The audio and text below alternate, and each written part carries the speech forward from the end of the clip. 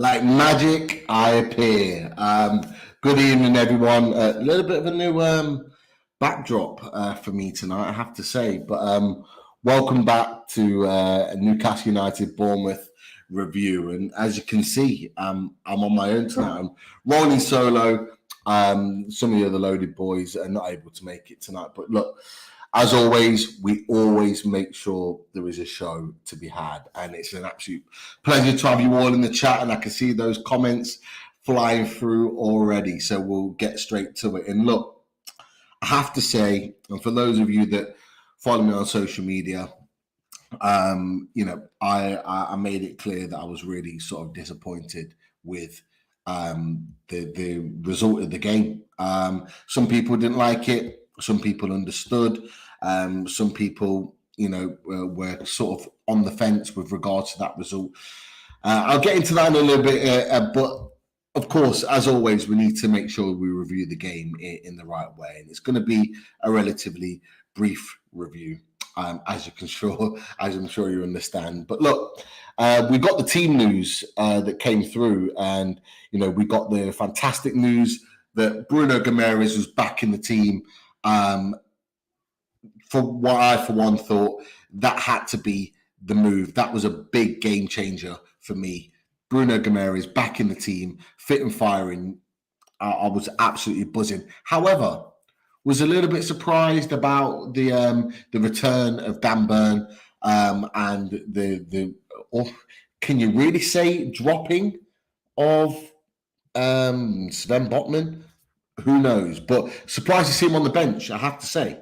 But all the others were to be expected. Really disappointed, obviously, that Anna St-Maximin and Callum Wilson weren't available to make the game. But I think most people knew that they weren't going to be fit and ready to play. And look, it was a really kind of scrappy game.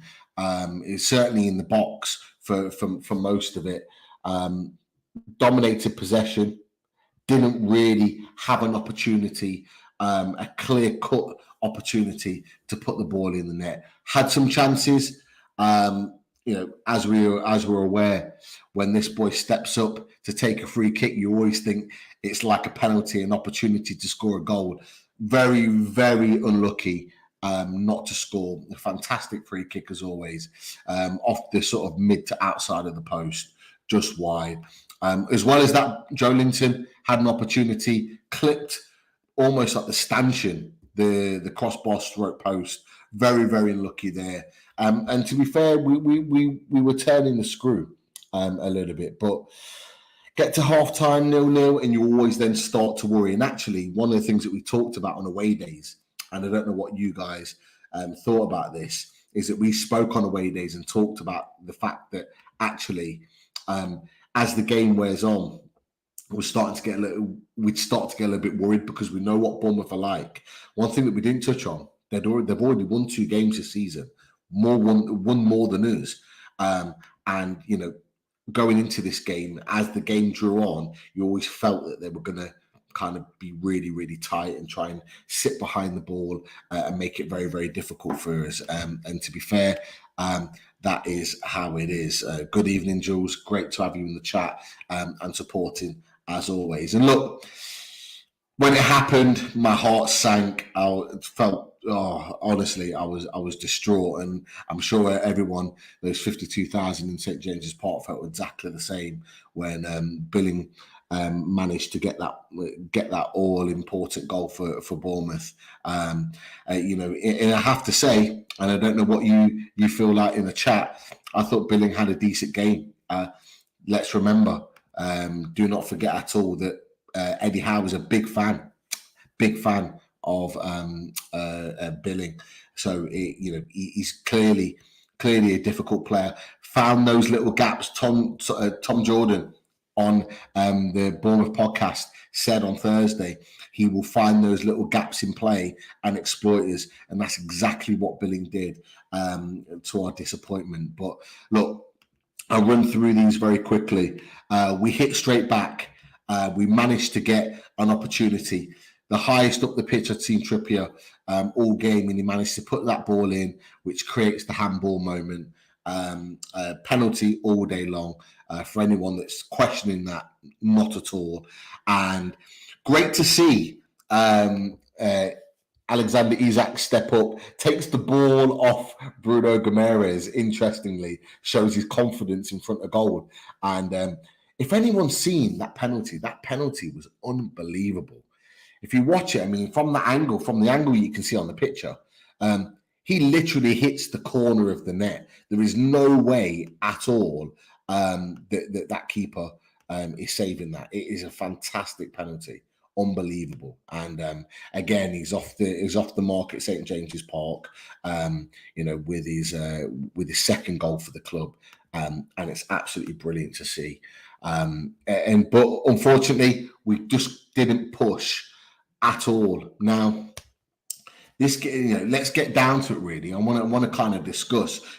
We could talk all day about the review in the game and the ratings and all the other things, but I want to get your opinions on how we sort of move forward from this, because there's a lot of talk now across social media. In fact, there's been a lot of arguments, there's been a lot of fallout with the fan base.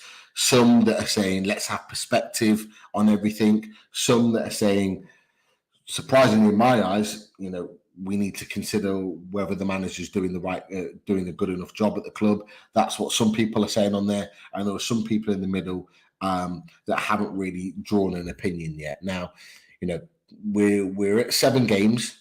We've only won 1, and we drew ahead of a lot of games at the beginning of the season. But do we see this as as a positive start to the season? Do we think that it'll be a good? Is it been a good start? Has it been a bad start, as one or two have been saying? I'm not quite sure. But Gary, I don't know if I can make it a 3-hour show tonight. I don't think I have enough of this to last me through the 3 hours. But hey, we'll try. That is for sure. Great to see Simon in the chat, as always, saying hello to Yano. Hope you are well. But look, let's get down to it. And of course, one of our sponsors, TGR, has said criticism yesterday was completely justified, in my opinion. But I cannot take anybody seriously who booed the lads and is questioning Eddie Howe or calling him to go. Utterly pathetic. And that's obviously the opinion of Dean. Now, interesting point there from Dean. You did, watching it on the TV, you did hear a few boos going on after the final whistle. I took that personally as a sign of frustration. I don't know whether others felt the same. I thought it was just out of frustration that we didn't win the game and an annoyance more than anything, not anything necessarily aimed at the players as such. Some people may have seen it different. Those that were at the game yesterday, and I know Paul Gallant, welcome to the chat tonight, was at the game yesterday. You might have seen it a little bit different in terms of the boos after the game. Was it as bad as what Dean's mentioning? That's one thing to keep an eye on. But yeah, let's get down to the Eddie Howe situation.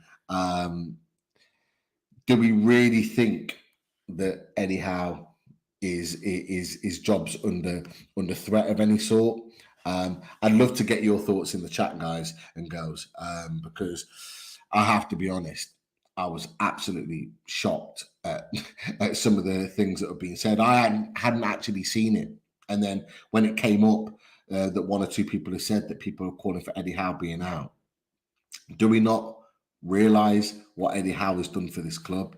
He took us from near bottom of the league, 14 games without a win, to saving us comfortably, Champions League form, revitalising the likes of Fabian Schär, Joe Linton. Do we really, after 7 games, start to consider his position? For me, it's not even in question. Eddie Howe, for me, is here for the long haul. If it was up to me, he'd be here for as long as it takes, because he is the guy that I think and I believe who can bring trophies and success to Newcastle. I think his philosophy is the one. There's no doubt in my mind. But it'd be interesting to see what you guys think in the chat, and we'll come back to that point as we go along. That is it. But yeah, lots have got an opinion. Fraser and Miggy. I'm never going to repeat that, but well done on the emojis, PDK. We'll definitely get to Fraser and Miggy later on. Dan's put, yesterday was a wake-up call. We need to learn how to play against a part of the bus situation. The boos or anything beyond being disappointed when the game is not okay. Yeah, we talked about the boos just a second ago, Dan. But yeah, I mentioned it in my tweet, and I said I really, really did believe that it was a case of we really, really struggled with that low block. And if you think back to the Forest game, and I was there with Chris Hall at the Forest game. When you think back to that game, for me, we struggled in that low block then as well, because they played that low block against us at Forest. They played the three at the back. They played that really tight formation where they made it really, really difficult for us for long parts. And as one or two have alluded to, since the game yesterday, it took a wonder strike from Shaw to open up the game. It's something that Eddie Howe's got to look at, because we're going to have a lot of teams come to us this season at St. James's Park because of war flags, because of the 52,000, because of the rejuvenated club that we are right now. We're only going one way, and that's up. And teams are going to look and give us a little bit more respect than they have before. And they're going to come out and they're going to try and make it different and difficult for us, because we're not going to always have it our own way. You know, you have Chelsea come to town, you have Arsenal come to town, Man United, those type of teams, when they come, we've already had Man City, when they come to St. James's Park, they're coming to beat us. So we can exploit them and we can cause them problems. There's no doubt about that. Those teams at the upper echelons of the Premier League will come to exploit us, and we can get on the back of them to really cause them some problems. But you're going to get some other teams, and we've already had it with Forest, Bournemouth, Palace already this season. You think when Fulham come to St. James's Park, they're going to be the same. Everton will look to come and do the same. And you're going to have other teams in the Premier League, Brentford even, that will come and make it really, really difficult for us and try and nick a 1-0 or a 2-1, exactly what Bournemouth did to us yesterday. And we've got to be aware of that. Equally, we've got to have the players to do it. And we missed two important players that I'm sure we'll discuss as we move along to be able to unlock that. But again, it's going to be interesting to see what we do in January off the back of that too. Lots of people coming into the chat. Really, really appreciate it. Loads and loads of talk in there. Darren said we were playing rugby, passing the ball sideways going forward. Yeah, there was a lot of that. And that's when, Darren, that's what happens when you tend to run out of ideas. Now, what was really interesting, I was listening to, I can't remember who I was listening to, but I was listening to someone yesterday, it might have been this morning, and they were talking about us as a team. And I thought it was really interesting what they said, is that Newcastle United, what you expect from your top teams is in the last 30 minutes of the game is that you would start to really cause them some problems and start asking questions of Bournemouth when they're starting to tire. We asked all of our questions in the first 60 minutes or so. And then what we did, we tired and we stopped asking those questions. And after that, it was actually quite a relatively comfortable end to the game. The last 15 minutes, we weren't pummeling them. We weren't asking major questions of the goalkeeper. We weren't putting him under any pressure. And that's the big thing. That is the difference between where we are right now and where we want to be as a continuously good team going forward. So it's something that we need to be aware of. That's for sure. Good point by PDK. Bruno taken off for the internationals coming up. Should have stopped on. You know what? I agree to a point. I always thought he might be taken off because it's his first game back. I think if we'd have played, I personally think Bruno would have been fit to play against West Ham last week. And I think if he'd have played against West Ham last week and got minutes under his belt, 60 minutes or so, then I think he'd have probably played more this weekend. But I think because he's not had that competitive football, they didn't want to take the risk. Now, if you've read what's been out there, Brazil, the national team, are keeping a real close eye on Bruno Guimaraes. They're desperate for him to go to the World Cup. And that's something that we needed to be mindful of. Did it affect his performance? Possibly. He wasn't at his sparkling best, but he hasn't played for a while. So we have to keep that into consideration. He's also thinking, I don't want to get injured for international week either, because he still isn't first choice guaranteed in the starting lineup. Fred, surprisingly, at Man United, the guy's barely kicked a ball. For me, I think he's been dreadful the last year. But the Brazilian manager loves him and plays him ahead of Bruno Guimaraes. So Bruno's not guaranteed to start, although he's miles, streets better than Fred. He's not guaranteed, and that's something we need to be careful of as well. Yano, as always, makes some great points. Before we can get better, before we can get better forwards, we need two fullbacks that can get forward and back. Target offers nothing up top, and Miggy is constantly getting back to bail trips out because of his lack of pace. Yano, a very, very interesting point there. And actually, something within that I've observed myself quite recently, and I haven't said it, but you've said it tonight, and I'm glad you did. We'll get onto that. Look, we've got two very industrial fullbacks that are, you know, well organised, good defensively in terms of organisation and positioning, and they can do a good job, in most games. But you're right about Target. His delivery and his ability to get forward isn't great. But there's almost an element of that he doesn't get forward as much because, and this is not about the Bournemouth game, but it's almost the point that he has to, in most games, protect Alan Saint-Maximin because of his lack of ability of getting back. And I don't think that's always down to Alan Saint-Maximin. I think that's the tactic. Leave him forward for the counter-attack. So he's expected to sit back in. Kieran Trippier, on the other hand, is that it is a concern for me. Is that I'm not the only one. I don't think I'm the only one to notice it. You've just touched on it as well, Yano. His lack of pace when he gets so far forward, when the counter-attack's the other end, he is very slow at getting back. And Miggy sometimes, and I think this is why Miggy plays on that side, he does bail him out a lot because he's just electrically fast. I'm also concerned sometimes that there is a little bit of a lack of pace with Fabian Schär. Schär does make up for it. He makes some fantastic interceptions. I think he's made some of the most interceptions in our team, and he's up there in the top 5 or 10 in the Premier League this season. But there is a lack of pace on that right-hand side, and it is a slight concern in defensive positions. So it's something to be mindful of.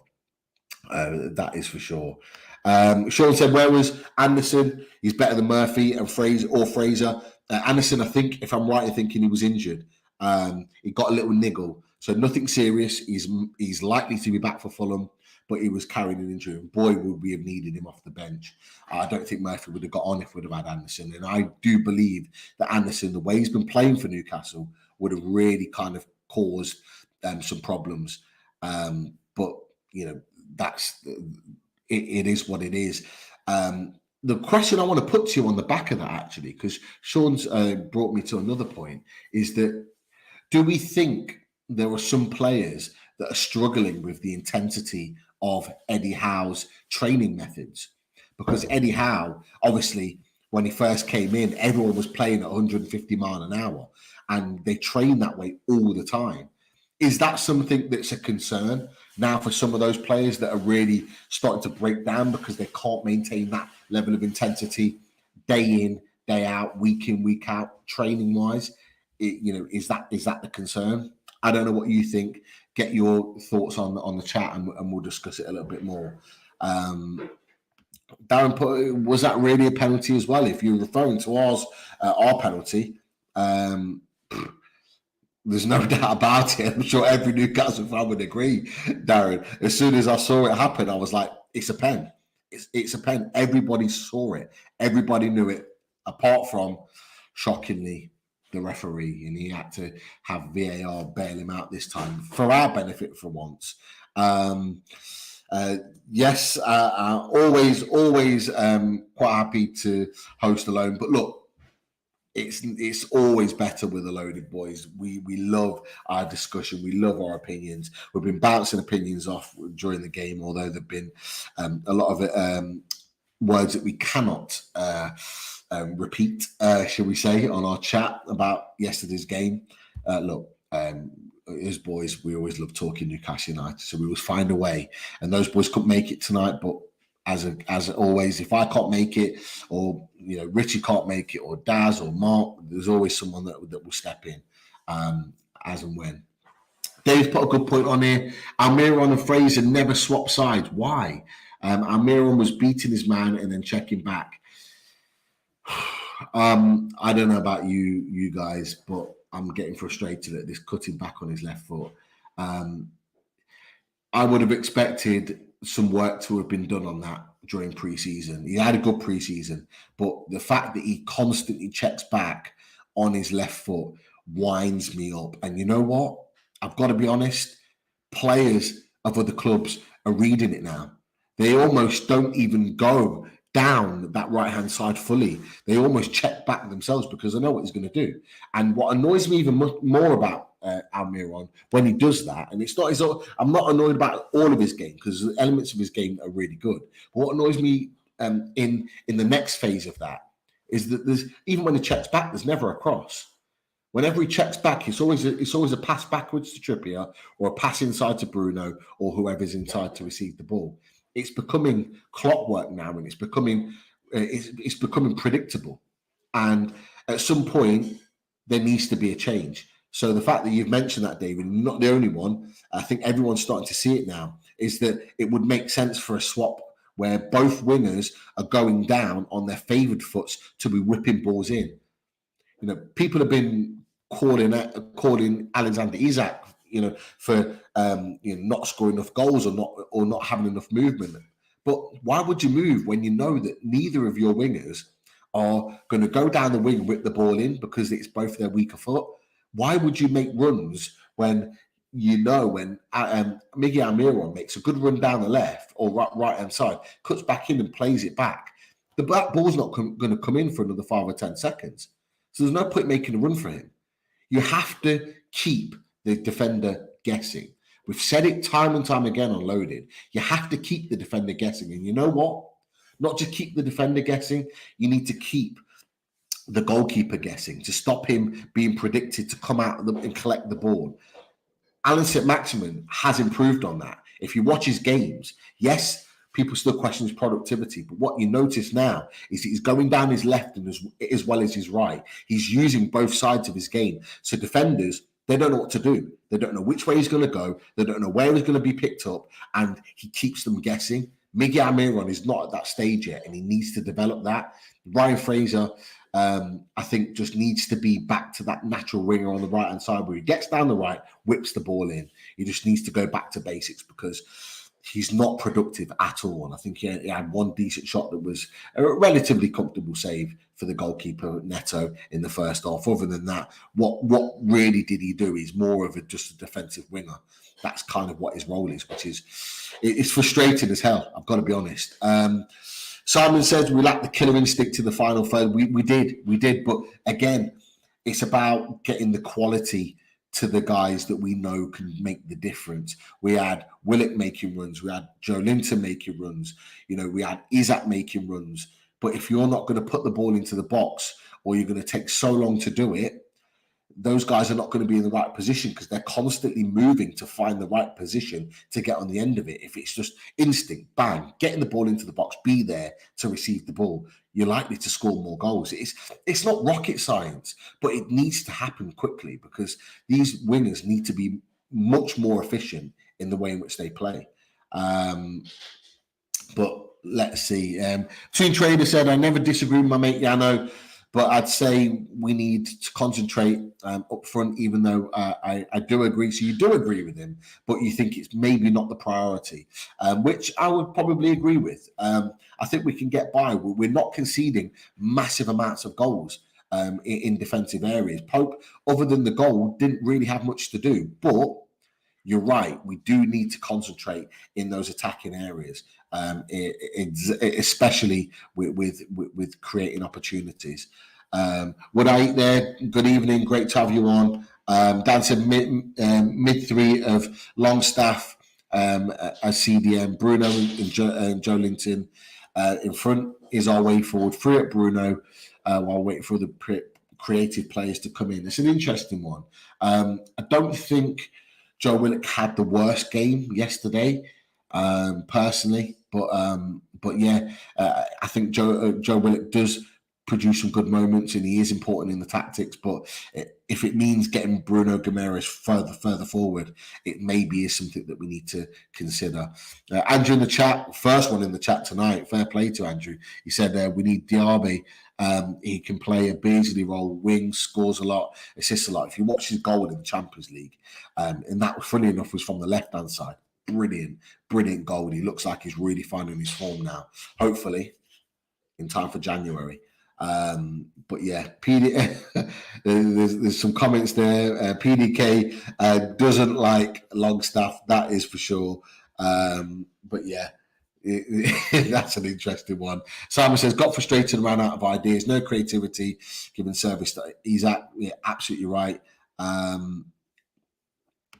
Yeah, and Toon Trader, it was an unbelievable penalty. That is for sure. There's obviously further conversation going on. Yeah. There's an interesting point there about, and a few people have questioned whether we've just got the plan A. I do believe the plan A will win most matches. I do believe that. Some people have talked about a change in tactic, maybe going three at the back, pushing the wing backs further forward, allowing maybe to play two up top. Could be an option. Question I put out there actually to you: would you have wanted Chris Wood on earlier? It felt like it came on a little bit late when they did bring him on. Didn't really have an opportunity to affect the game.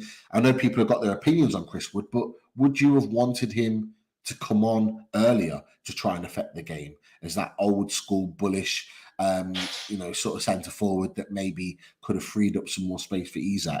One or two have suggested that. It's an interesting one. So yeah, I'll see what your comments in the chat are for sure. Toon Trader said fans questioning and Eddie need to wipe their mouths as they're talking shite. Look where we've come from. We need to grow together with our manager Eddie, who is the king. Look, I'm in agreement.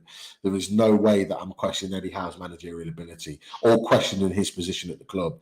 And I think, you know what, we've got over 100 on the chat that I pretty confidently thinking that you all agree with that you would not want anyone else than Eddie Howe in this post at the moment. And look, it's a growing. We have to remember as a club and as a fan base, it's a growth. We're less than a year into it. We're not even a year into our new ownership. We are still growing. We need at least 2 or 3, maybe even another 2, January and then the summer transfer windows to get rid of, some of the additions in the squad that we don't want, to bring more players in, to really beef up this squad. And the club needs time to grow in terms of developing and understanding and maybe creating another way and a style of play. And if anyone could do that, Eddie Howe's the man. There is no doubt about it. Michael said, does Wilson take his spot back when fit? That is the £20 million question, because that's how much he cost. It's an interesting one. You know what you get from Callum Wilson. People are questioning whether he's actually playing on the right-hand side. You know what? I wouldn't be against a slight tactical change in which we play 2 up top. Whether that's from the start of the game against Fulham or not, I don't know. But I think at some point in the game, I would love to see against Fulham both Isak and Callum Wilson playing together up top, because I actually think those two could work really, really well together. Callum Wilson is the sort of dogged centre forward that could hustle and bustle, win the ball, cause havoc. And on that last man in and behind, Isak can destroy defenders, as we've seen at Anfield, as we saw at Crystal Palace, although he didn't score.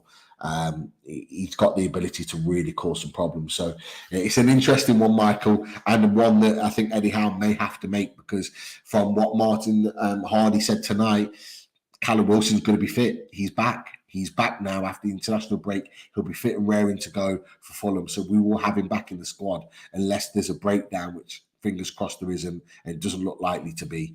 He will be back in. That is for sure. Great to have you in, Tony. Nice to see you again. Gary, pleasure to have you as always. Paul said, didn't hear the blues in the ground. That's interesting, because a few people said that they did. A few people said they were louder than others. Interesting that you didn't hear that. That is it. Interesting. Definitely. Dan's put the atmosphere was awful. You're not the only one to say that, Dan. Now, if anyone else, Paul and whoever was at the game, I think Tony might have been there as well. A lot of people said that the atmosphere was flat, and you know what it's like at St. James's Park. If an atmosphere is flat, it almost feeds in to the kind of the opposition. The Bournemouth fans must have been loving it. The Bournemouth players must have been galvanised by the fact that it was flat. It didn't seem its roaring self. Maybe because we were paying our respects to Queen Elizabeth II and not having the flags up and the normal kind of pre-game atmosphere that we like to build. Maybe that didn't play into our hands. We did kind of rise again when we got the goal from Isak. You did feel like a movement there, but it soon did dwindle down. The atmosphere does play a part. We know we have to be that 12th man every game, regardless of the situation.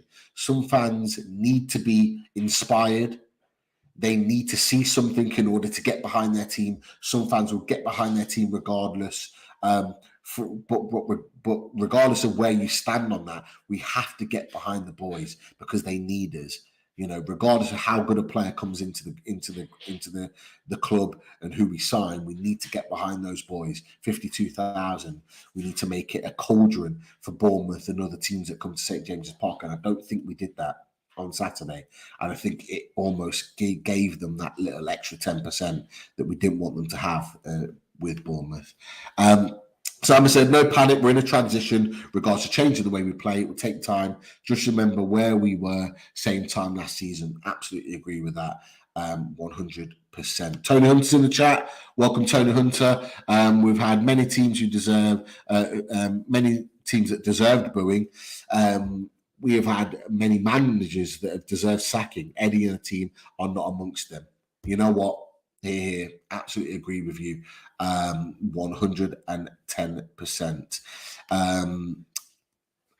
David Cook, welcome, David. He said, what change is required to go from high press possession to creating and taking chances? If anyone knows, Eddie does not armchair pundits. Yeah, you're absolutely right. Eddie's the man that I trust. He knows the situation. He knows what's needed. But equally, he probably doesn't have all of the tools available to him to be able to execute that the way that he wants. And that's where a little bit of patience is needed.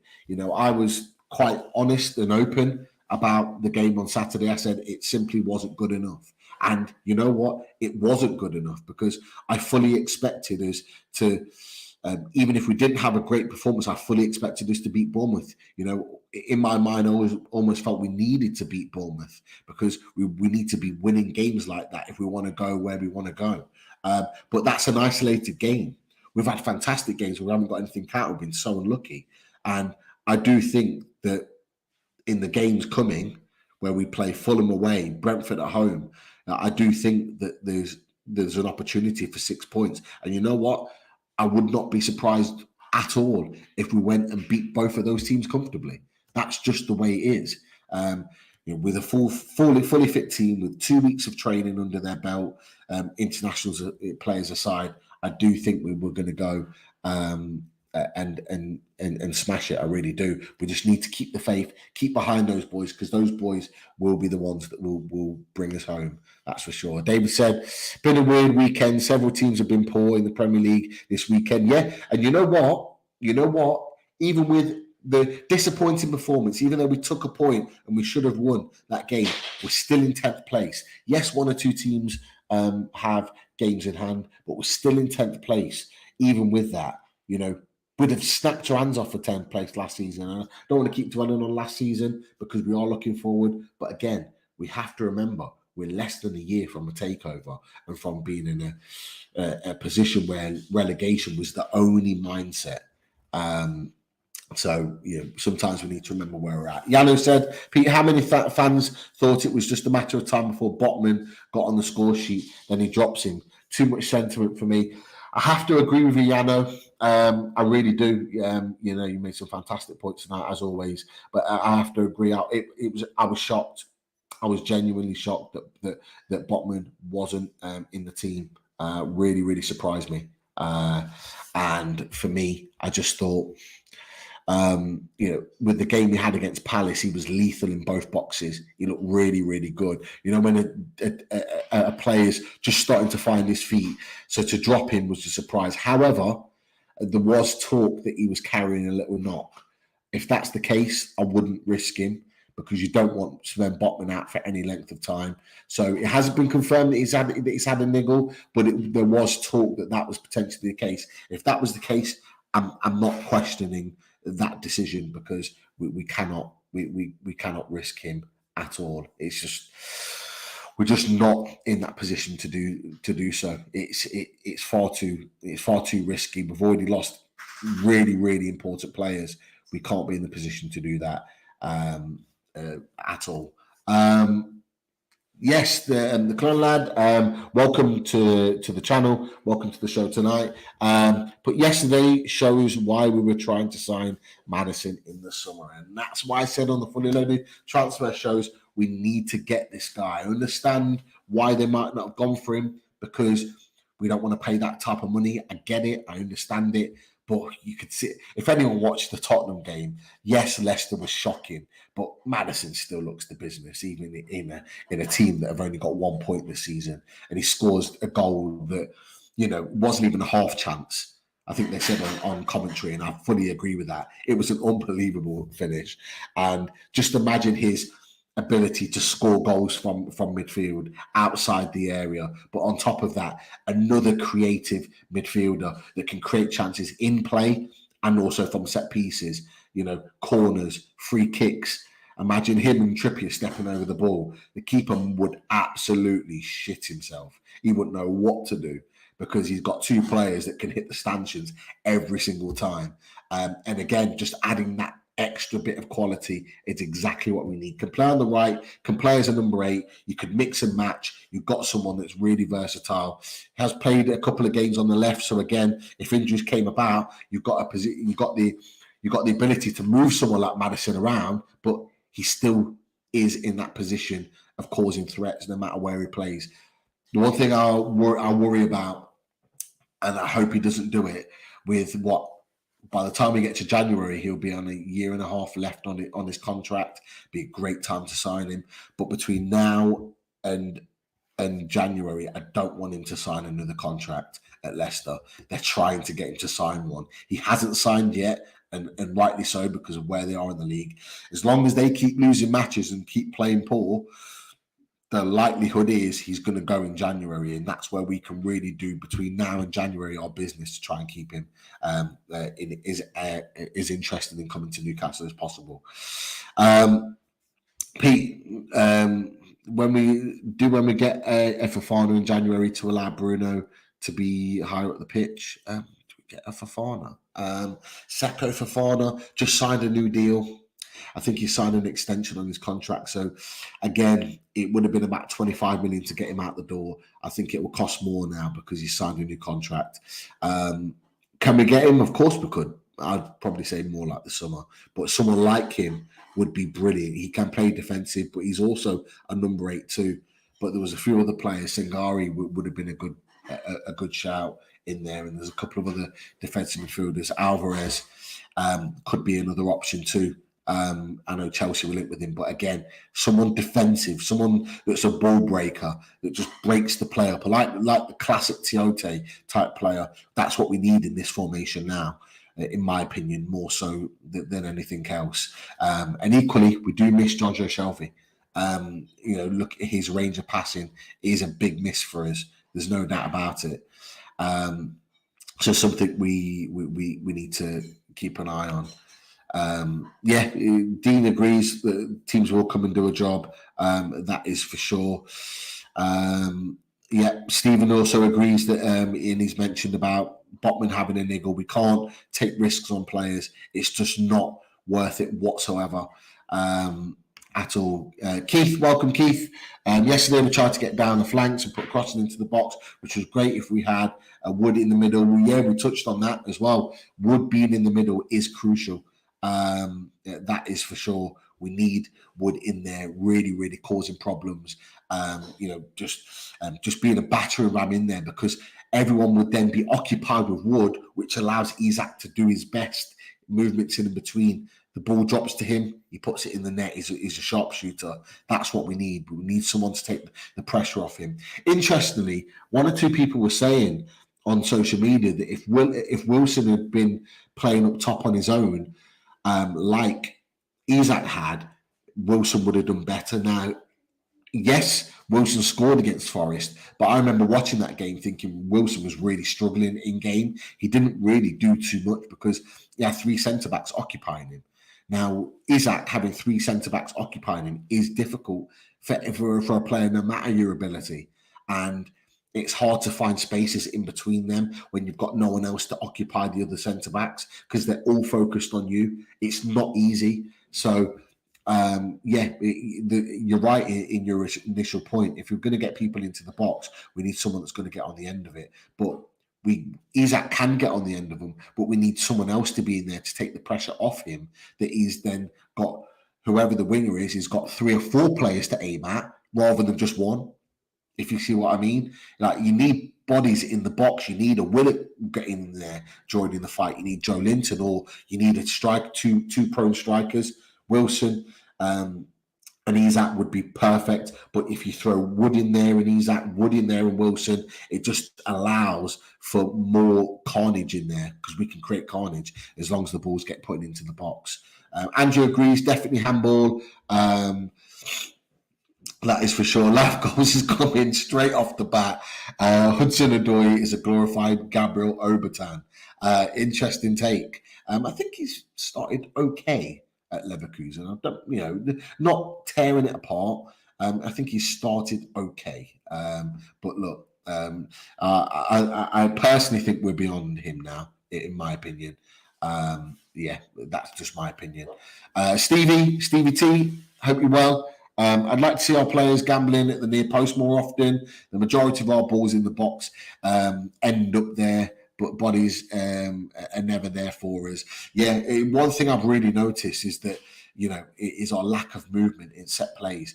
We do tend to go near post and there's never ever a run. For me, if we've got Burn or Botman on the pitch, I think one of them needs to gamble and go front post. Shaw in the middle, Joe Linton at the back post. I think we need to really organise where our big players are coming in and attacking the ball, because it all seems like we're attacking the ball in the same area. The amount of crosses, actually, Stevie, that have been going right to the back post, and we've got Joe Linton and Dan Burn basically jumping for the same ball. Why? It doesn't make sense. Spread them out across the pitch, because you can get Joe Willock nicking in there who can head the ball well. Isak can head the ball well.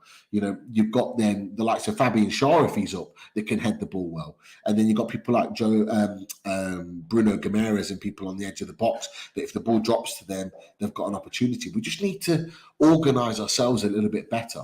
I don't think the balls into the box have been bad, but if we win this first ball, the second ball isn't there to be won because we haven't got players in the right position. We just need to be a little bit smarter in those situations. But of course, Sven Botman is an absolute bully in the box, as he was at Lille, and he's proving so at Newcastle. We need him back fit, and we need him in there causing havoc. That is for sure. Maybe we should try Wood and Isak up top with ASM as number 10 whilst Wilson is out. Well, it wouldn't have been a bad shout, life goals, but Wilson is back. Martin Hardy tonight confirmed he is fit to play the next game after the international break. So fingers crossed we won't have to have that striker pairing and it can be Wilson and Isak instead. I see Eddie moving Isak to the right when Wilson's fit. He'll play narrow in the channels and Trippier on the overlap. That's an interesting one. An interesting one. A lot of people don't like Isak playing on the right-hand side. Doesn't like it at all. So one to definitely keep an eye on. But he can play on the right-hand side. And actually, he's not a bad creator from that right-hand side either.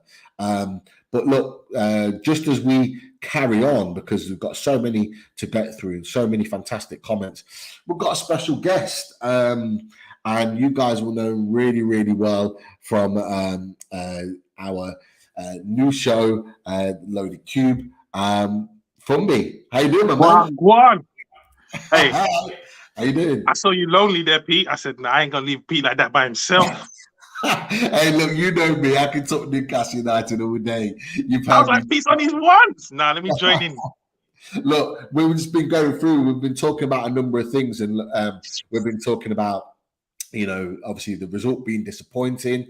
We're looking and giving perspective of how we're going to move forward.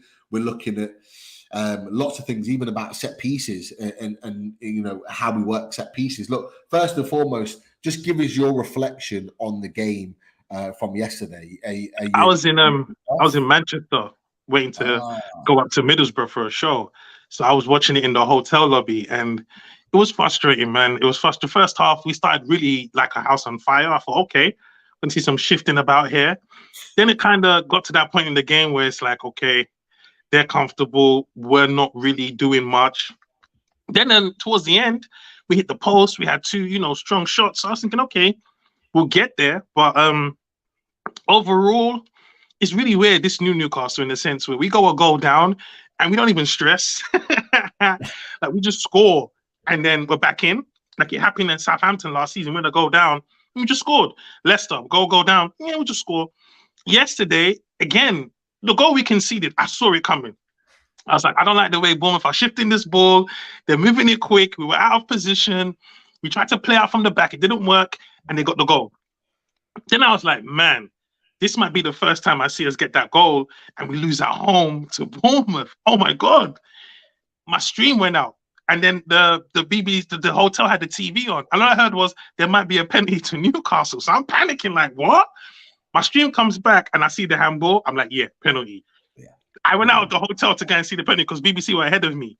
I was thinking, Isaac, please don't miss this penalty, please. He buries it. So I'm thinking, game on. But then this is where I think, you know what? When you watch a game, you're emotional, you're angry. I wanted 3 points badly yesterday. But looking back, we're growing in it. Like we're growing. We just haven't figured out how to be patient and unlock a door. We were trying to unlock the door with every single key. You know what I mean? We're trying to turn that door open. What we had to do was lean back a bit and just figure out that one key and then open it. You know what I mean? Yeah. So I feel like that youthful excitement is still there, trying to please the fans. We want to get that goal for them. I get that. But in time, we'll be that team where, you know how when them Liverpool and them lot come back, when they get a goal, and then you start praying like, bro, please just don't give us 4. Just don't give us 4. We will get there, innit?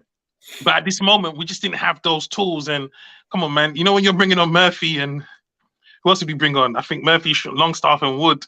You ain't really saying much when you bring on those tools. So all in all, it was a frustrating game. I think people all being harsh on the team because a lot of people like. I heard there was boos. I heard people saying Howie out. I heard it was like bad performance. I just think my frustration wasn't necessarily the performance. So it wasn't the draw. It was that I know we can do better here, but we're still missing some key players. Yeah, we touched on it earlier about people on social media saying Eddie Howe out or questioning his abilities. Now everyone's got their own opinions on this situation, but what are your thoughts when you hear that people want Eddie Howe out. Are you in agreement? I don't think you would be. It's funny to me because I said it before. Newcastle manager expectations, bro. I know after the Forest game and after the City game, we were like, "Hey, listen, hey, if we don't get top 4, blood, it's not happening." But you have to understand, man, it's 38 games in the season. And even if we finish 10th or 9th this season, it's progression. My biggest enjoyment was coming into a season knowing I ain't going to be where Leicester is. Yeah. Leicester trying to beat our record now. Let's see how long we can go without winning. Then we start winning again so we can beat Newcastle's record, because I don't know what they're trying to do. But so with that in mind, how we out? How? Listen, yeah, if as long as we don't get relegated, he has 3 years to build his team. That's still Bruce's team. There's still elements of Bruce in that team.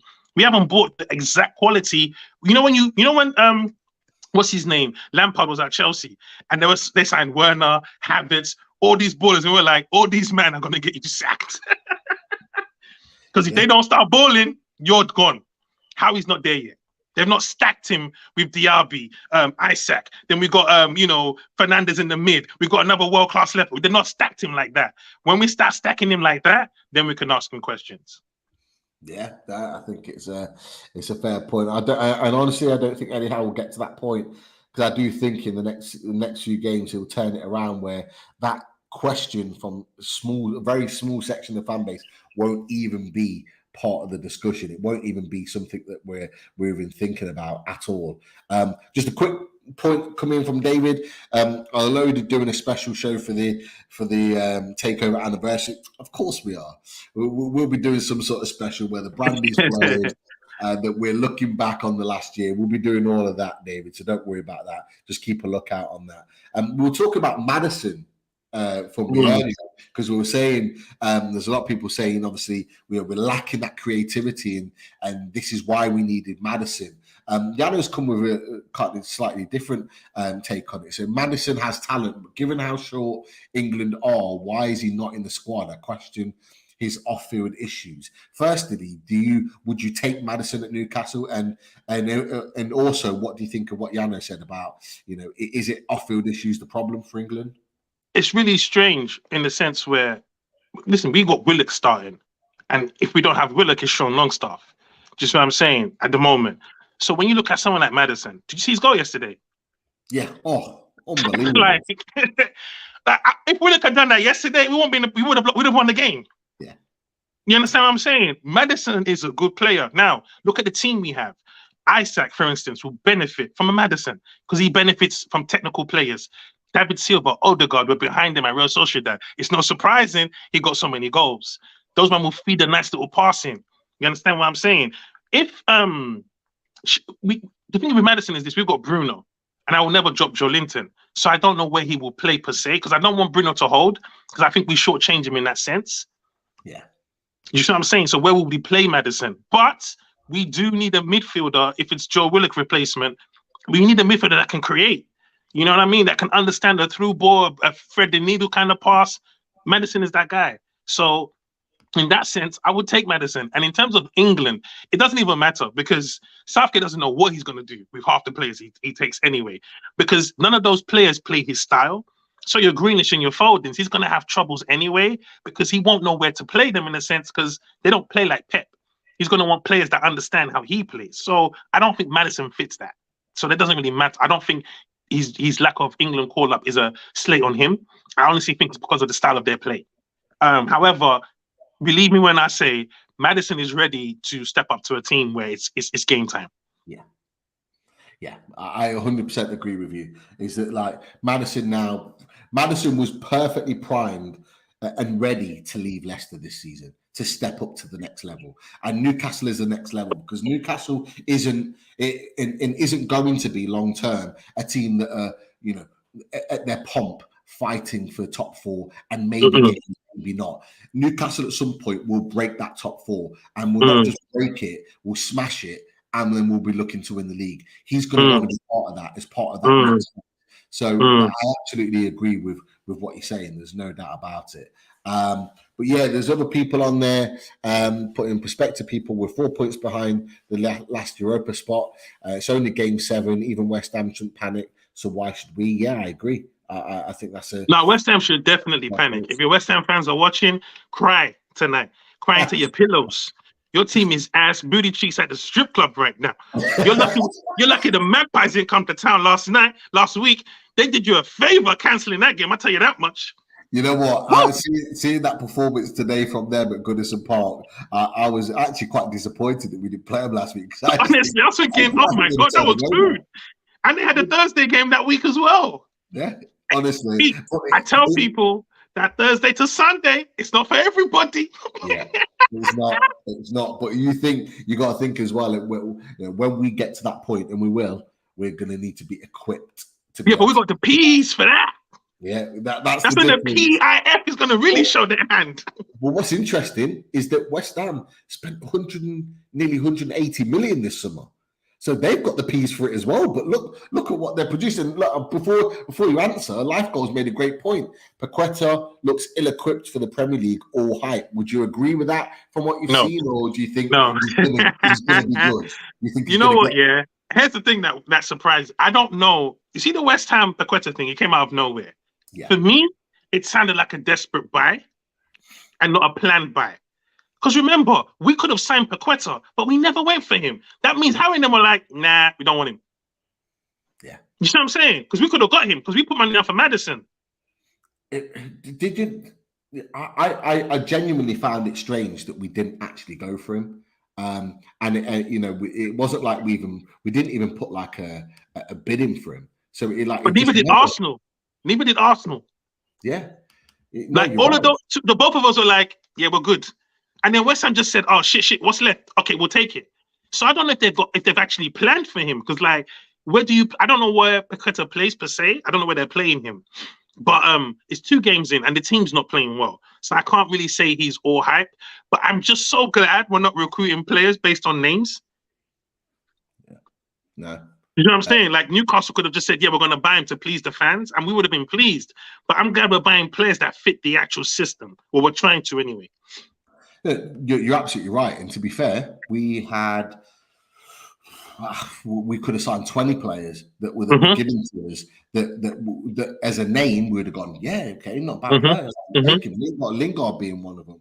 There's a number of others out there. But actually, as you said, and it's absolutely right, we want the right players to be at the club, to be doing the right thing. It's about it.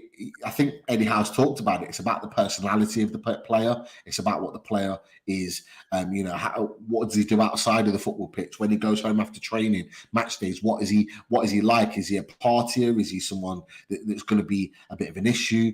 Some people say that Maddison might be that type of guy. I don't really know, but he is looking at all of those factors and he sees them over a period of time. You're not going to see an Eddie Howe doing a Paqueta last ditch buy like West Ham did on a hope to get him on a cheap. He does his due diligence on players and he looks at whether the. Well, if you look at Maddison this season, the team is stinking at the joint, and yet he's still managing to play so well. Yeah, in all of their games. Yeah, you're right. So if you're questioning the attitude, Germany players will go into a shell because the team's not going well, and they know they're the star player and they're going to get a move. How many players would have done that? Say, well, it's not going to be on me.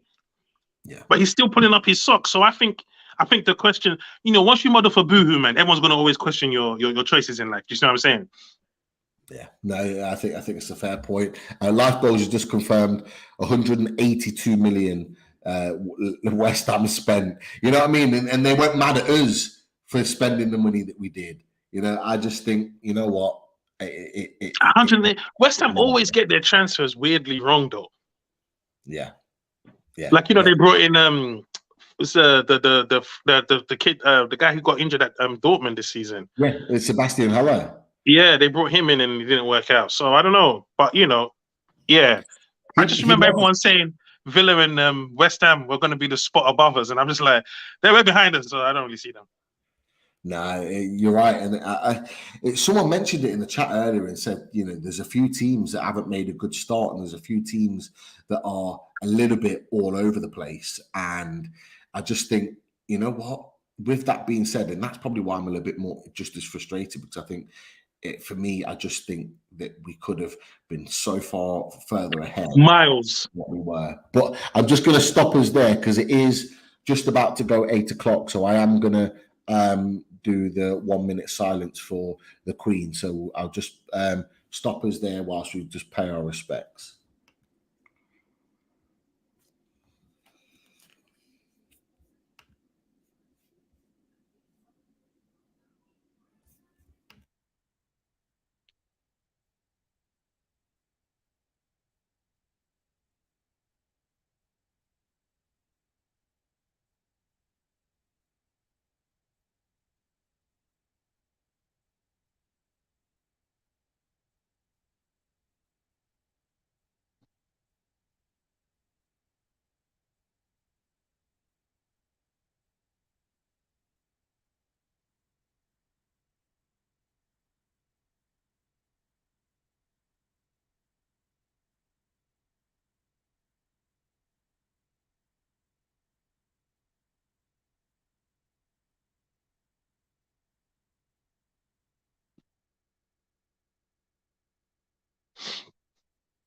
Yes, you are on mute.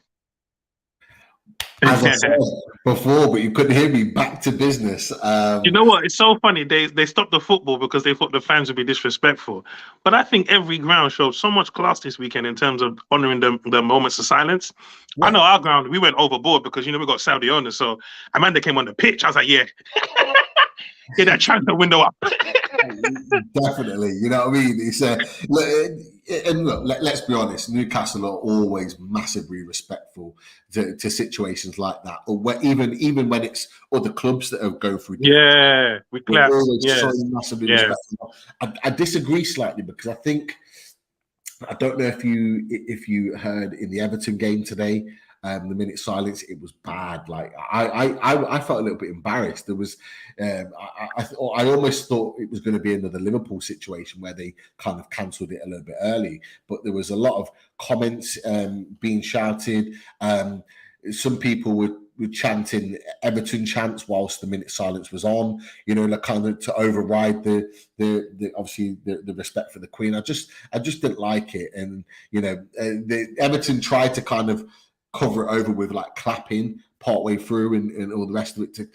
It just, for me, I don't know if I'm the only one that saw it. It just didn't seem. I didn't know. I didn't watch the game itself, but I thought, because I was watching from the grounds of yesterday, and when you watch the highlights, everyone kind of took, even in the 70th minute in our game, everyone started clapping, which was lovely. Yeah. So I'm kind of surprised that that the Everton game would do that. I'd be interested to see what Liverpool do now. Yeah, like I say, they already did theirs. Whether they do it again.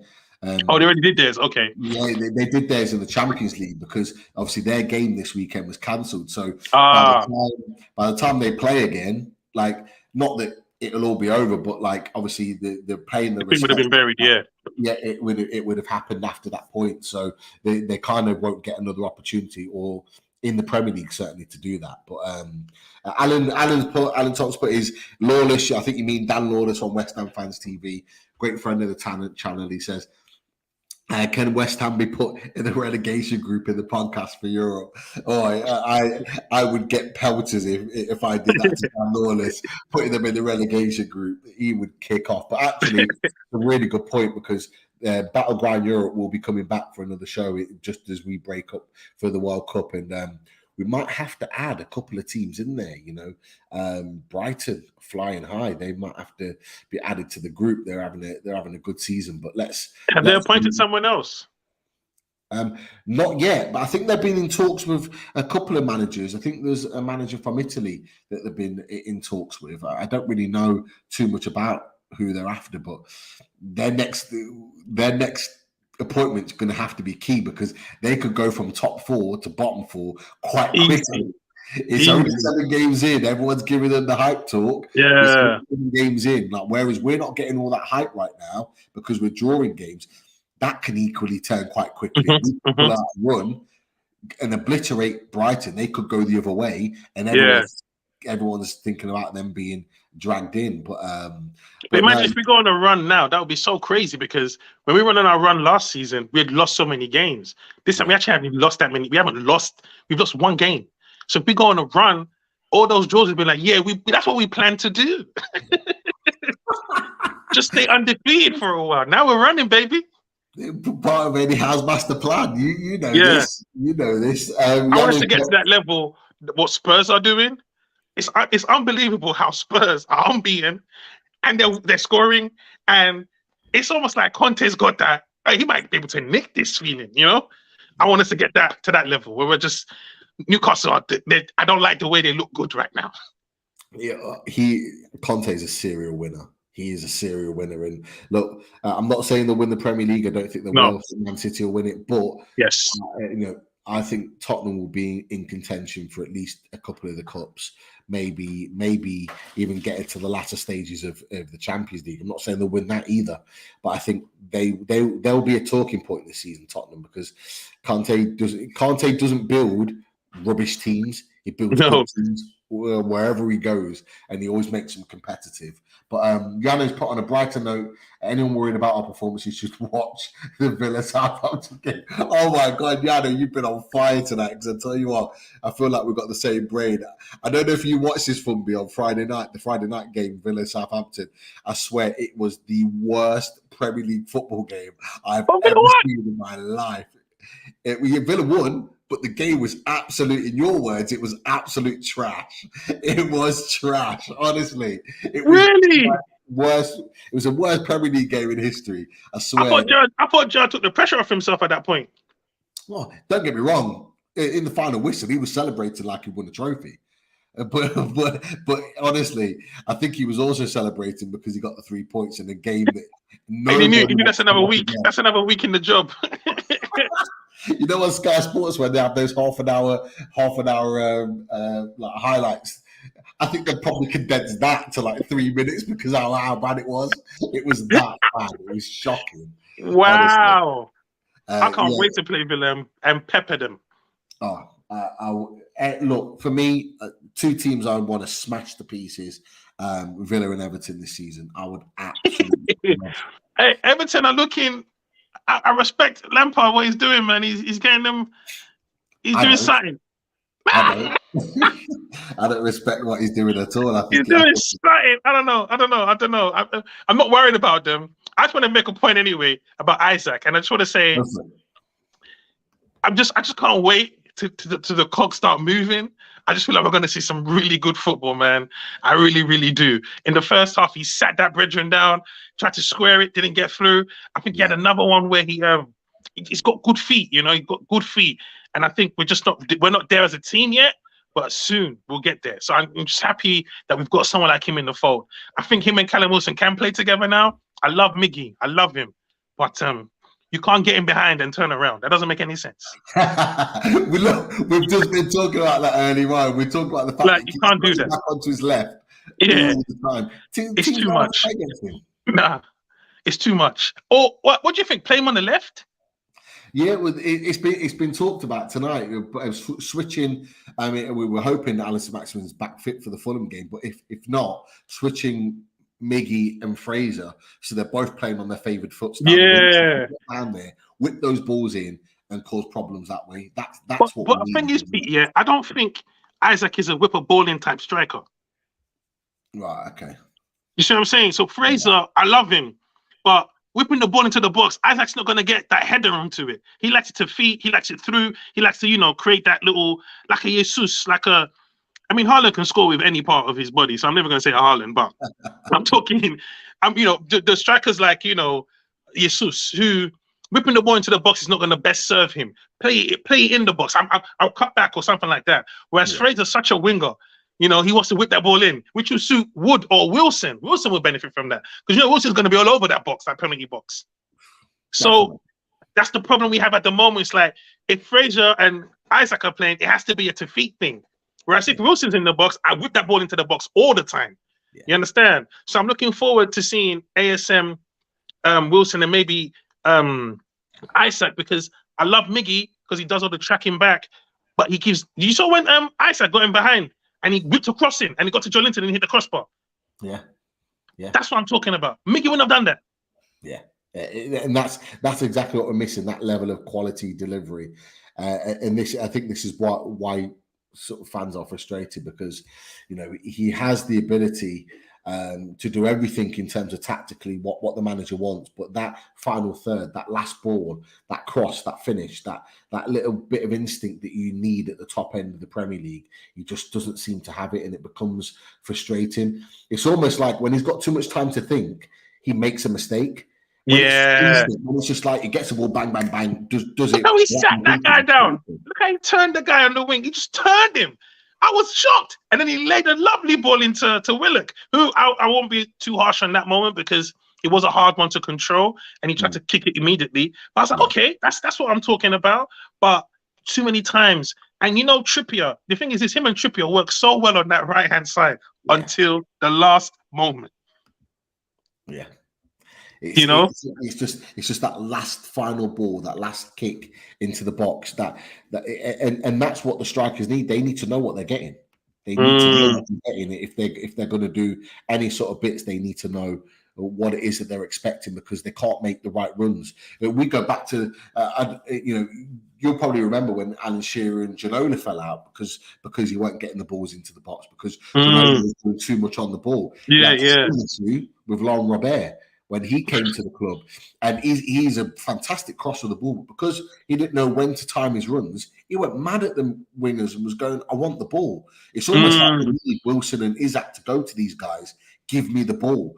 Don't piss around with it. If you got it, you beat your man, whip it in. I don't care whether it's your right foot or your left foot, or, whether it's your good foot or your bad foot, get it into the box, because I'm going to be there and I'm going to be able to get on the end of it. That second goal against City where Wilson scored and ASM broke. When he fed Wilson, I was actually shocked. But that's how much he's grown. I was shocked. But that's how much he's grown. And you know what? In that moment, Wilson scored. So it heightened that thought that he's done something really well. But actually, ASM's been making those right decisions for a while now. Even go back into last season. Wilson's goal against Burnley last game. He has been making those decisions, but they've not always resulted in goals. So we don't give him the kind of respect sometimes that he might even deserve it, in addition to what he has. But boy, if we missed ASM, we need that guy. Oh yeah. Oh my goodness. Just as a threat. I think I'm the only one in now. Yeah. Am I in or am I out? I think Pete has just I don't know what happened there. I think I took myself out by accident. Left me on my own. I was like, oh my God, I'm by myself. Yeah, ASM. I didn't. You know what? As well, we just lost him at the wrong time. Like I said it in the group yesterday. I said it's just a shame since that City game we haven't been able to crack on. Yeah, because we lost injuries. We haven't been able to crack on from that moment. Because I think we were ready after that. We were on it after that. Yeah, it's a shame, but I think the next win, I think, will kick us back into gear for that. So the quicker we get that, the quicker we can potentially go on that run. But Alan Thompson put Pete from me. Some Forest fans still think that we will be top four. So why can't we dream to finish top 8? Yes, Pete. The Villa game was dross. Hey Pete, when that brother came on your show, and said they think Forest going to finish top 10, I had to check their team and think, let me see who they got, because this is a bold prediction. Forest fans think they're going to finish top 4. Not top 4, but when they were making their predictions, them man were gassed. They said 10, top 10, 8. And I said the Prem. I'll give Mr. Dior, who came on our away days. He was obviously very confident, and rightly so, to a point into the new season. But I think he's the one that said he was going to be top 10, and I let him have his moment. But look, it's been 20 odd years since they've been out of the Premier League, so they probably forgot what it's like. But trust me, how it works around here. Yeah, it's not as easy as that. There have been a couple of teams that have come in and had decent seasons. Wolves. And they went down the next. Yeah, but there you go. Wolves, Sheffield United did that. Bro, they finished 5th. Season syndrome. They were brilliant and then got relegated. So I think sometimes they forget of what the Premier League's like. It's a difficult one. That's for I think their biggest problem is they signed 21 players. Yeah, you can't. I wouldn't even want Newcastle to sign 21 players. I wouldn't even want that. It's too much. Too many. It's too players. much. It's too much. But Yano's just said his lad's a Villa fan and on Friday he turned the game off to watch a kids film. I told you that's how bad that game was. And Yano, I'm so glad that you picked up on that as well, because it was an absolute. Hey Pete, when we got the takeover, I think man like Coutinho and them was snubbing us. Just everyone's snub you. You don't want to go there. I just said I don't want this predator. I don't want Coutinho. Why? To be fair, you said that from the beginning. You said... Serious? Yeah. How can you go to Barcelona, loan to Bayern, win the Champions League, and Bayern still said, thanks? Yeah. You're absolutely they still didn't want him. Bayern loaned him and then didn't even barely play him. And they won the Champions League with him, and they didn't want him. So I just knew... When they didn't give, I was so happy because I didn't even care about that. I just knew the players that we would care are the ones for us. So when we brought in Dan Burn, Matt Target, we were being mocked. Yeah. Dina turned Newcastle down. Thank you, Lord. Thank you, Lord. I had a shocker. He's from people that are questioning and saying that they got the better deal out of Target and this. They paid what, 25 million for him? We paid what, 12, 13 million for Target? It's an absolute no-brainer. We got the better deal out of that, 110%. And it was the Fumby show for a second when I ended up booting myself out. It definitely was the Fumby show. But look, last couple of questions. Senk said we missed two important players. You just mentioned, I think ASM and Wilson. That's why we've been blatantly keep saying in the transfer window we need two wingers and one attacking midfielder. But the club went in a different direction. Is that where you would be targeting in January? For me, as and when we get there, is that where we need to improve? I don't think the club went in a different direction. I don't. I think our hand got forced. Yeah. Also, the transfer market was moving bookie in the sense where it's difficult for Newcastle to buy players because everyone thinks we have money. Everyone's told them we're the richest club in the world, and that's how these men are approaching the team. So if you look at the Isaac transfer, we had to go in big. If we didn't open with a big bid, they'd have pushed us to 70, 80. Yeah. If we didn't go in, just say, hey, look, here it is. Hey, one time, take it. Do you know what I mean? So I just think our hand was forced. But in January, our defense is too good.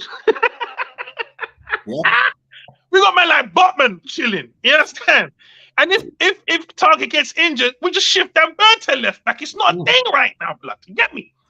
And you've got someone like Jamal Lewis, who most of the bottom of the Premier League would take. He's not even in the game. Let me deep it for you more, Pete. All right. We go to Anfield. Can we start the shells? And man didn't put a foot wrong. You're right. Like that's the defense is too nice now. So I don't want to see any defensive players. If I want to see something, I wouldn't mind a holding mid, so that we can get Bruno and them man doing the thong song in the midfield. The thong song, I love it. Yeah. I want shorts being pulled down. You understand what I'm saying? I think we can get a nice clean up midfielder and let Bruno just do that. You know when Bruno shields the ball, just backs up a little bit. Have you noticed that? Yeah, just back it up a little bit. You can't get the ball off him. Yeah, I want to see all of that. You understand? And definitely wingers, Pete. We need wingers now. We need real wingers now. We need to buy them next. I'm talking Anthony Gordon, Harvey Barnes type players. Yeah. We need them cats now. 100%. Just what I'm saying. Because Murphy, God bless him. I feel for him, because it's hard to gain any momentum coming on for 10 minutes. It's hard to kind of build where you're going to play or know what you're going to do. He's the kind of player that will need at least 15 games to get 3 good performances. You feel me? But we ain't got that right now. So he has to go. Elliot Anderson, I'd keep around. Definitely. He's impressive. I don't think we need another striker. I just think we need a winger, and I'd like a holding mid. Yeah. You know what? You're not the only one for me. There's been lots in the chat that said tonight a holding midfielder. I talked about that ball breaker, that one that just like Tiote type, one that just breaks up play and goes to the guys that do the business. Go on, you do your thing. I've done my bit. Core, bro. Yeah. Benton Core is a perfect example. Why he went to Tottenham, I have no idea. That guy is too good. He should be playing at the top. Him and Kulusevski. They're both absolute ballers. And you know what? Kulusevski's on a 2-year loan. Imagine that's how bad it is. It's crazy. Hey, here's how good that sounds to me, yeah? Say Tottenham are dilly-dallying. Hey, we can use the Isaac connection. Hey, come play for the Mags group, but you know how we do up here. I just imagine that we sneak him, the Swedish international, sweep him north.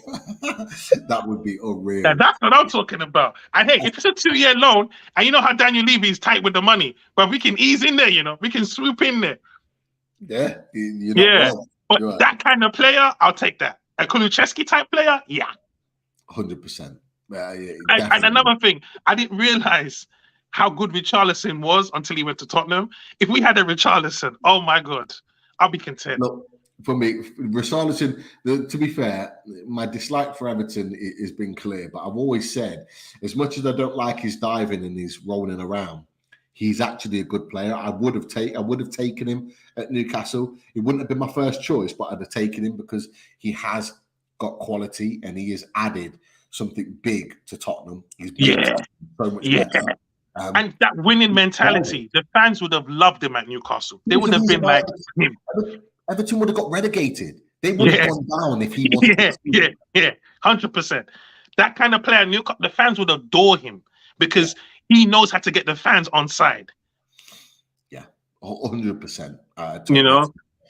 So there's definitely time, and in January I'm not expecting us to to make a statement, but it would be nice to get a couple bodies in.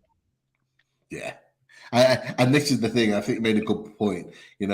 If Newcastle fans, I'm putting it out there now. If Newcastle fans think we're going to go and maybe sign five, 6 players again, like we did in January, it won't happen. I don't believe unless we sell. Yeah, unless we get rid of some of them, some of the players, loan them out. But ultimately, I think what we'll do is probably get 1 or 2 players. But those 1 or 2 players will be one maybe on a permanent of immense quality, and then maybe a loan player from one of the other clubs in the Premier League or Europe that maybe isn't getting much game time. I can see that being the option. We go. So we'll improve significantly in terms of quality, but maybe not in terms of numbers. And I think it'll be that type of process. But Yano says, think Forest will be safe if they can strengthen the January transfer window. Yano's thinking about them signing 30 players over the course of the summer. Imagine the fans saying we need more players in January. Like, bro, how many do you need? That is brilliant. I love it, Yano. Oh my God, we need to strengthen. You brought 21. Yo, beat Lodi. Like, we dodged mad bullets this season, You know what? I'm not going to be too harsh on him because I think he's in a poor team. I think in an attacking-minded team like us, and someone touched on it earlier about Target being good defensively but not doing enough go forward. Lodi would have given us the opposite. You know what, Pete, though? People are not looking at it like this. Thank God Target doesn't go forward because ASM doesn't track back. And that's why I think Eddie Howe went for Target instead for that reason, because Target almost just sits as a left back and says, you know what, ASM, go and do your bit. Go and do your bit, because that's what you have to let ASM do. You got to go and do your bit. Whereas Miggy, he likes to come back anyway. So Trippier can go forward because Miggy gonna be in the right back position anyway. Because he's never gonna bum on. He's gonna cut back. So it balances on. It works so well on that side, and it actually works so well on this side because ASM. What you don't want is people running at Target anyway. Yeah. And so I like how he balances it. Yes, I would love, and the thing about Target, he can actually deliver a ball. Yeah, he's good. Like he can cross it in, he can buy. He doesn't get into position enough, but I'm not mad at that. But you're right. If Lodi was in our team where we're not so much under pressure at the back, he would benefit more. But I'm just surprised he went to Forest. Yeah, I am. In the World Cup year. 100%. Terraces, we have the same points on board as Bournemouth, who didn't sign a player of quality. You're right. We're both on what 8 points right now, which you're absolutely right. However, what I will say is that Bournemouth see 8 points is a fantastic achievement in this point of the season. We see that as okay, slightly disappointed, and we see it the other way. And I think that there of us being both at 8 points, I think what you're going to see over the weeks is that we're going to go there, and Bournemouth are either going to stay here or drop. So I don't read sort of too much into that. Alan Thomas said, go on. Our full squad, we gave Bournemouth 6 yesterday, easy money. Yeah, They didn't say nothing. We just gave them that confidence. They didn't say nothing. So don't worry about the points on Bournemouth. Stop. Yeah, that's not our goal this season, to be on 8 points. Their goal was fortunate as well, bro. It's just because we've been trying to get that goal. Yeah. You know, I wasn't worried about them once that night. I liked Billing. I think he's a good addition to their team.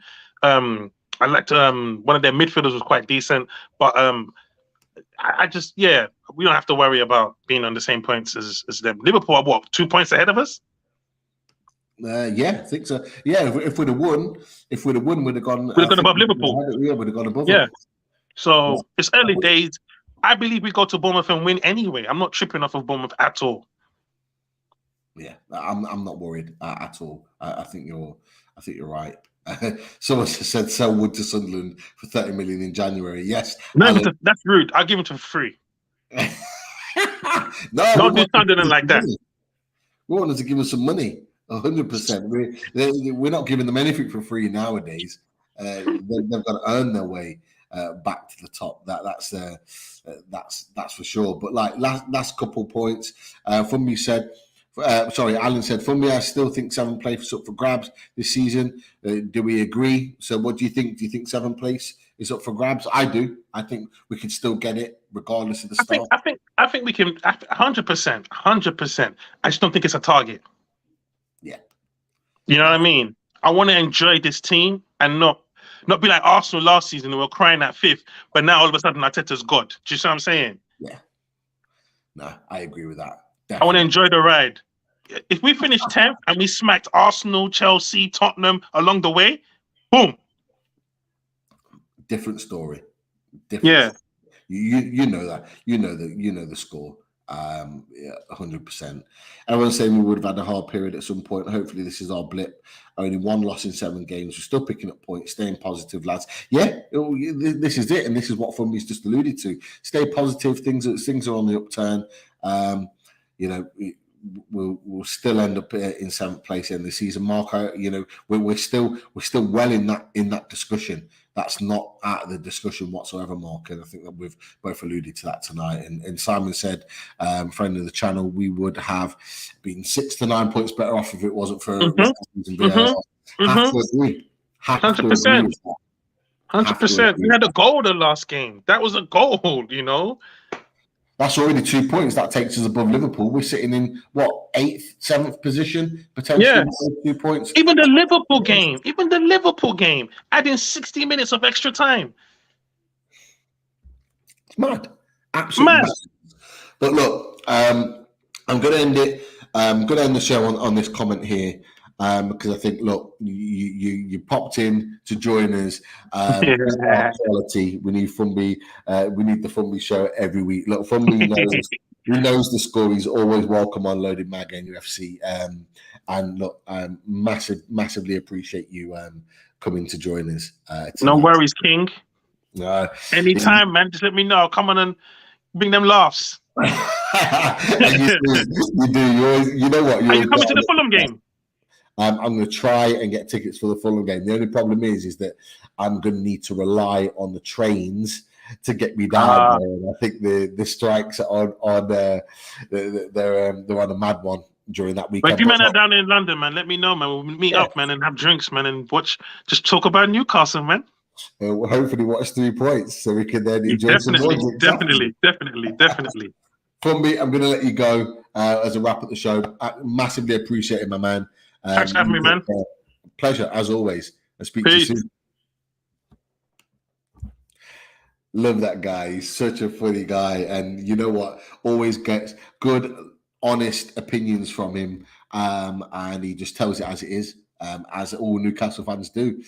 Sometimes we like it, sometimes we don't. But we love the fact that we've got so many different Newcastle opinions. And we've had so many in the chat, well over 100 during the show. Love it. Absolutely love it. Everyone's opinions on there. Yano, you've been on absolute smoke tonight. Thank you for your opinion. Simon in the chat, as always, brilliant. So many others. I could go on for another hour, but I'm not going to do that. Thank you for everyone paying their respects to the Queen Elizabeth II. Bang on 8 o'clock. Really, really appreciate you for taking the time to do that as well. And of course, we cannot end this show without going through our fantastic sponsors. So thank you to Shyburn, Simon in the chat, as always. Thank you for your support on all things Loaded Mag NUFC. Please, if you haven't, give your support to Shyburns and look at the fantastic gear that they have available to us. And we've got our own Loaded tee that is available. Of course, I was rocking it on the away days, the old Brazilian, paying homage to Bruno and Joe Linton. If you haven't got involved in that and got one like myself, go out and get one. They are fantastic T-shirts.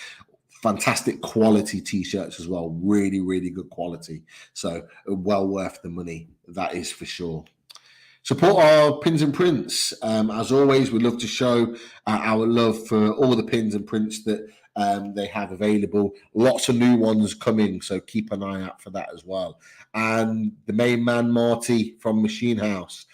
Thank you, Marty, for all your support for the channel. There's a few things in the background with regards to, different types of competitions, and the head of competitions, Richie, will be bringing them to you on Loaded Mag NUFC very, very shortly. But before that, go and check out the gear. Lots and lots available for us. And of course, our brand new sponsor, TJR, the Geordie Rise. Thank you so much for your support. Been a massive, massive support, like the rest of our sponsors since joining the Loaded family. And get involved. Get involved. There's some fantastic teas, as you would have already seen on all the other shows that we promote. I'll be picking mine up very, very shortly. I love this one here that's on the screen right now. Fantastic T-shirt. I'll be definitely getting myself involved in that as well. And of course, if you haven't clicked the thumbs up on the way out, click the thumbs up. And if you haven't become a member, $1.99 a month to become a member of Loaded Mag NUFC. And of course, we are on the way to 5K. Click that sub on the way out if you're a new subscriber to the show. Please show your support for all things Loaded. We are just 5 dads that just love talking about Newcastle United. That's what we are. This isn't a business for us. This isn't our only source of income. It's what we do as a hobby, just because we all love Newcastle United, just like you do. And we just love talking about Newcastle in all forms, good, bad, indifferent, and talk about all things Newcastle and get those on that know Newcastle their best as well. So look, I'm going to end it there. Thank you so much for everyone in the chat for showing your love and support for Newcastle United. We're on the way up. Don't worry, it's just a blip in the road of the Bournemouth game. And no doubt we're going to come back after the international break and absolutely smash Fulham. I hope we do anyway. And we're going to make that rise up the league. Believe in Howe. Howe is the man. He's going to take us forward. So don't be questioning him because he has got so much more work that he can do with this team. He just needs the tools to be able to do it. But look, I'll let you go. Until then, you take care and speak to you very, very soon. Have a good evening.